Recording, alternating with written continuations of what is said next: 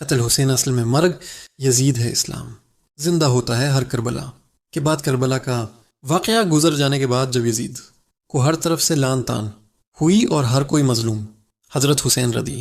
اللہ تعالیٰ عنہ کے بے گناہ قتل پر ظالم یزید کو برابلا کہنے اور بولنے لگا، اور ہر طرف سے امام زین العابدین اور سید زادیوں کی رہائی کے لیے آواز بلند ہونے لگی، تو یزید نے امام سجاد کو بلایا اور پوچھا کہ میں قیدیوں کو رہا کرنا چاہتا ہوں، آپ اس بارے میں کیا کہتے ہیں؟ امام سجاد نے فرمایا کہ میں شریک الحسین سے مشورہ کر کے بتاؤں گا ناظرین۔ پھر حضرت امام سجاد نے حضرت زینب سے مشورہ کرنے کے بعد یزید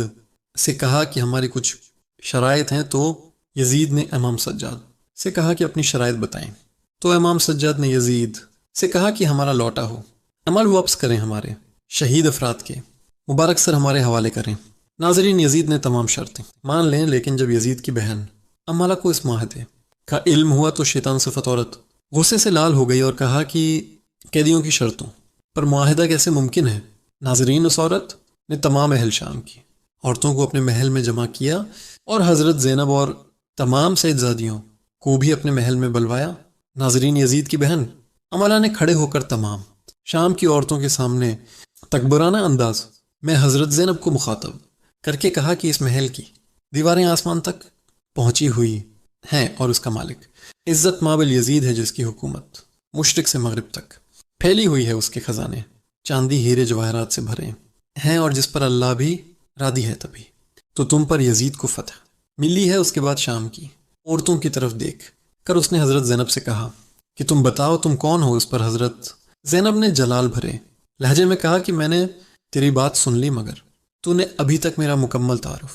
نہیں پایا، لیکن تمہارا تعارف یہی ہے کہ تم حسین کے قاتل یزید کی بہن ہو۔ میرے بھائی نے ہی نبی کریم صلی اللہ علیہ وسلم کے خاندان کی عورتوں کو نائق اسیر بنایا، اور تم بھی باعزت ہونے کا دعویٰ کرتی ہو، تم جس بھائی کی مشرق و مغرب تک حکومت پر اترا رہی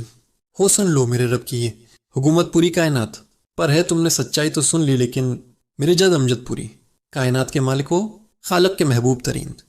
نبی صلی اللہ علیہ وآلہ وسلم ہے۔ ناظرین، حضرت زینب نے اس ملعون عورت کو مزید کہا کہ تم جس دولت پر اترا رہی ہو، میرے خدا کے سامنے نبی کریم صلی اللہ علیہ وآلہ وسلم کے گھرانے کے ایک فرد کے ایک سجدے کے برابر بھی نہیں، جو کہ خود دنیا کے تمام خزانوں کا مالک ہے، اور یہ محل جس پر تم کو فخر ہے، رب کائنات جلد ہی اس کو مٹی کا ڈھیر بنا دے گا۔ اس کے بعد حضرت زینب رضی اللہ تعالی عنہا نے آسمان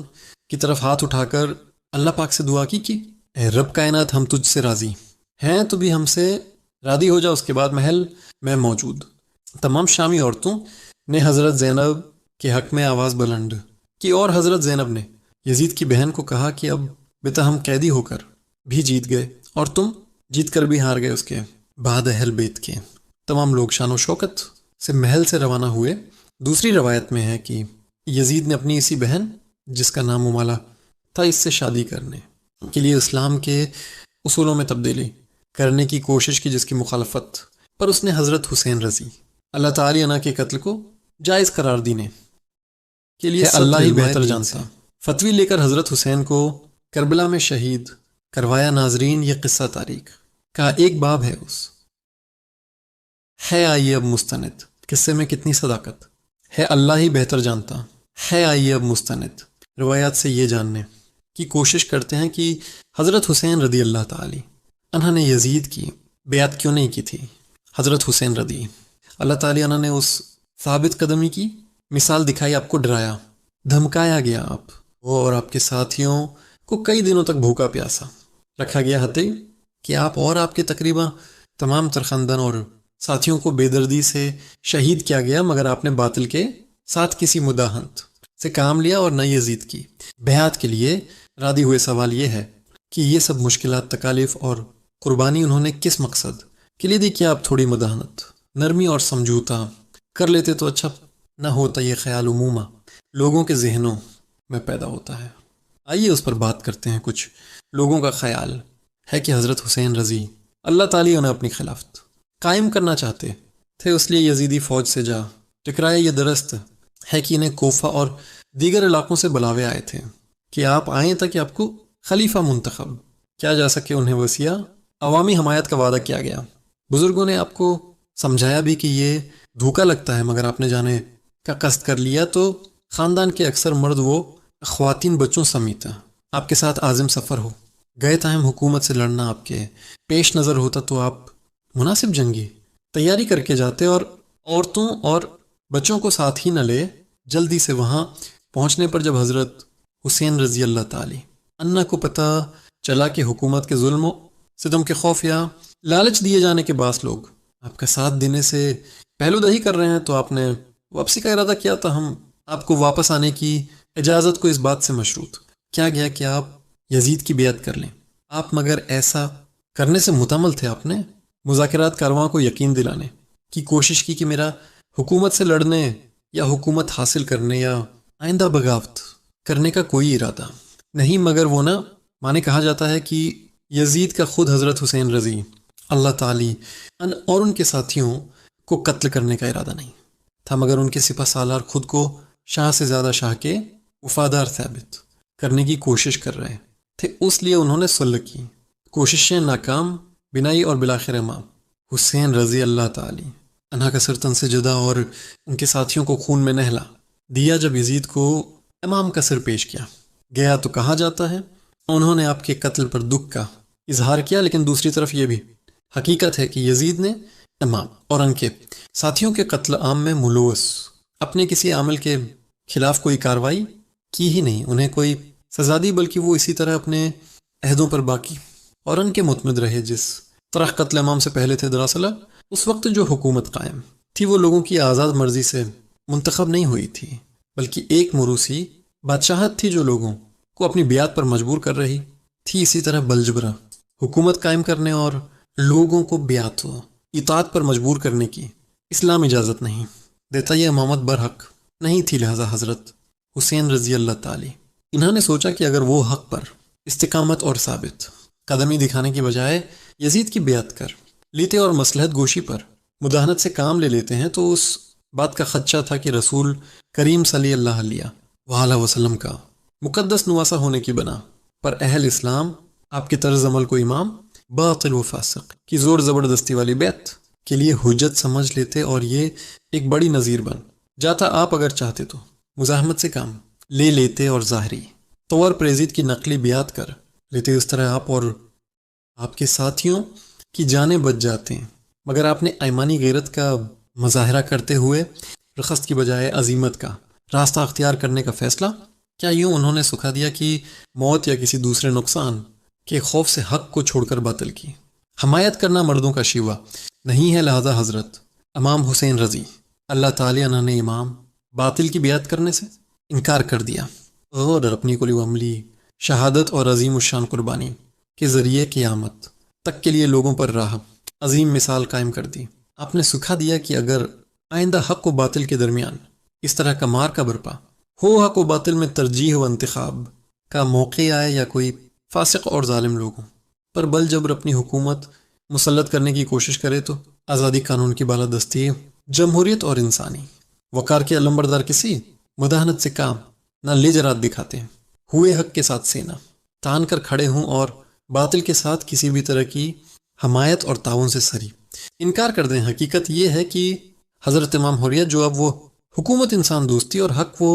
صداقت کے لیے کوشاں لوگوں کے لیے مشال رہا ہے، یہاں یہ بھی جان لیجئے کہ کیا امام احمد بن حنبل نے یزید بن معاویہ کے کفر کا فتوی دیا ہے۔ اس حوالے سے امام احمد بن حنبل رحمہ اللہ علیہ کے بیٹے نے ان سے یزید کے بارے میں سوال کیا تو آپ رحمتہ اللہ علیہ نے جواب دیتے ہوئے ارشاد فرمایا، میرے بیٹے کیا ایسا ممکن ہے کہ کوئی اللہ پر نہ ایمان رکھنے کا دعویٰ کرے اور پھر یزید سے بھی دوستی رکھے، اور ایسے شخص پر میں احمد بن حنبل لعنت کیوں نہ کروں جس پر قرآن میں اللہ نے خود لعنت کی ہو۔ فرزند نے عرض کیا، قرآن میں کس جگہ اس پر لعنت ہوئی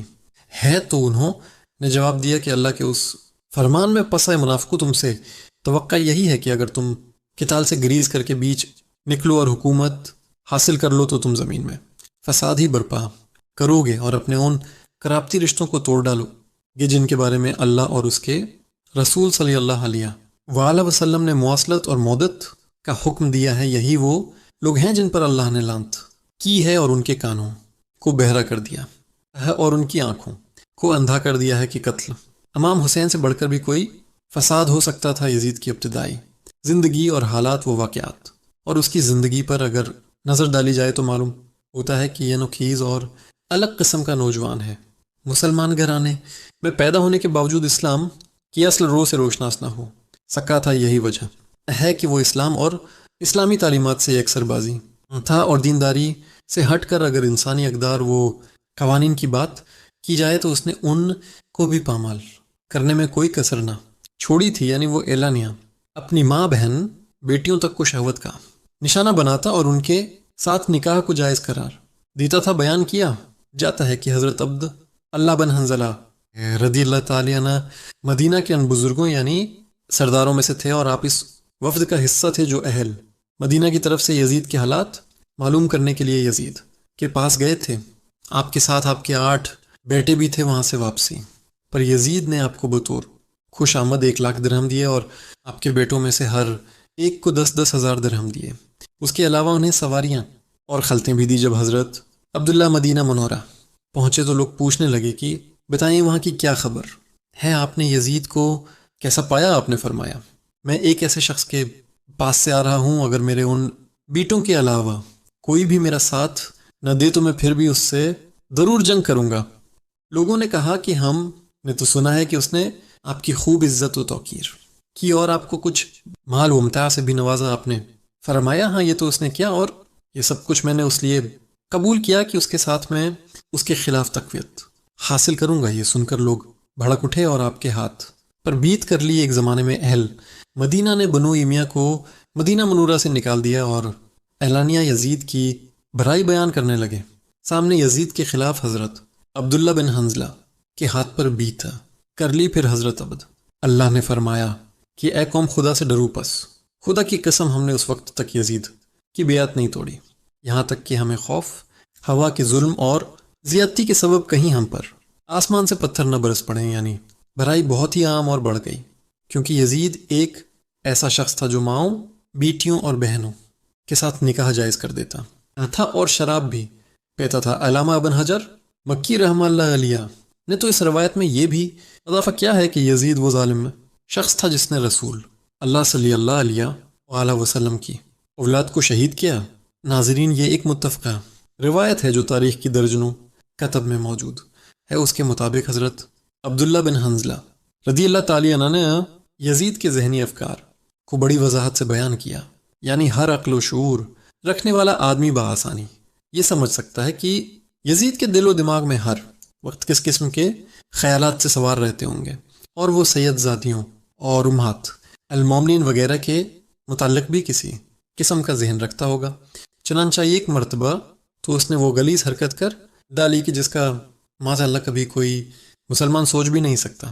یعنی اس نے سیدہ المومنین حضرت عائشہ صدیقہ رضی اللہ تعالی عنہ کو ہی عقد کا پیغام بھیج دیا۔ اس وقت سیدہ المومنین بڑھاپے میں تھیں اور آپ رضی اللہ تعالی عنہ کی وفات میں تھوڑا ہی عرصہ رہ گیا تھا۔ یزید لین کا پیغام نکاح جیسے ہی المومنین حضرت عائشہ صدیقہ رضی اللہ تعالی عنہ تک پہنچا تو مدینہ بھر میں اس کا شور برپا ہو گیا۔ تمام اکابرین اسلام نے قرآن مقدس سے نص سریج دکھا کر اس بدبخت یزید کو بہت کچھ لعنت و ملامت کی۔ یہ بات جب یزید کے والد معاویہ تک پہنچی تو آپ رضی اللہ تعالی عنہ نے کسی نہ کسی طرح اس بڑھتے ہوئے فتنے کو شخص کو اپنے اپنے انتقام پر خاموش کر روک دیا اور ہرا دیا۔ یعنی معاملے کو طول دیے بغیر ہی ہر کسی کو خاموش کروا دیا۔ اس واقعہ کا ذکر شاہ عبد الحق رحمہ اللہ علیہ نے اپنے مشہور زمانہ کتاب مدارج النبوت میں اس مقام پر کیا ہے کہ یزید کہ جو ان مرنے کی وجہ لکھی ہے۔ آپ لکھتے ہیں کہ ایک تو یہی ہے کہ اس بدبخت نے حضرت المومنین سے عقد کی کوشش کی، اور دوسرے یہ کہ اس نے حضرت امام حسین رضی اللہ تعالی عنہ کا خون ناحق بہایا۔ ہم مزید دیکھتے ہیں کہ خداؤن د عالم امہات المومنین کو رسول اللہ صلی اللہ علیہ وآلہ وسلم کی تعظیم و تکریم کے لیے امت پر حرام گردانا ہے، اس لیے یہ عورتیں جنت میں بھی پیغمبر خدا کی زوجیت میں ہوں گی۔ چنانچہ ایک کتاب میں ہے کہ ایک دفعہ طلحہ بن عبداللہ نے کہا تھا کہ پیغمبر خدا کی وفات کے بعد میں بھی حضرت عائشہ صدیقہ رضی اللہ تعالی عنہ سے نکاح کروں گا چنانچہ۔ طلحہ کے اس ارادہ پر اللہ تعالی نے قرآن مقدسہ کی وہ آیت نازل فرمائی جن میں کہ ازواج رسول صلی اللہ علیہ وآلہ وسلم سے نکاح سے منع فرما دیا گیا۔ آپ آگے مزید لکھتے ہیں کہ بعض کتب میں یہ بھی لکھا ہے کہ یزید ملعون نے بھی ام المومنین حضرت عائشہ سے فقط کی خواستگاری کی تھی، تب لوگوں نے اسے یہ آیت پڑھ کر سنائی اور وہ رکھ گیا۔ ناظرین، یہ غلیظ حرکت کس بنا پر تھی اس کے بارے میں ہم کچھ نہیں کہہ سکتے، مگر اتنا ضرور کہیں گے کہ وہ لوگ جو یزید کو صالحین امت میں کھڑا کرنے کی کوشش کرتے ہیں اور حافظ قرآن و قاری حدیث ثابت کرنے کی کوشش کرتے ہیں، تو وہ ذرا ہوش کے نخل لیں، کیونکہ اگر وہ یعنی یزید ملعون قرآن مقدس کے احکامات پر ایمان لاتا تو اس کی آنکھوں میں جناب رسول صلی اللہ علیہ وآلہ وسلم کی عزت و توقیر ہوئی اور وہ کبھی بھی ایسی ناشائستہ حرکت کرنے کی جرات نہ کرتا۔ اللہ پاک ہمیں ہر برے عمل سے بچائے اور ہمارا خاتمہ ایمان پر فرمائے، آمین تم آمین۔ ناظرین، کمنٹ باکس میں ایک بار صلی اللہ علیہ وآلہ وسلم ضرور لکھے گا۔ شکریہ، اللہ حافظ۔